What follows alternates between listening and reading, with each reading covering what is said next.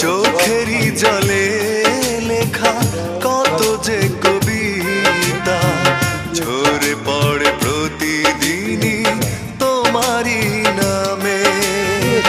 চোখেরই জলে লেখা কত যে কবিতা ঝরে পড়ে প্রতিদিনই তোমারই নামে।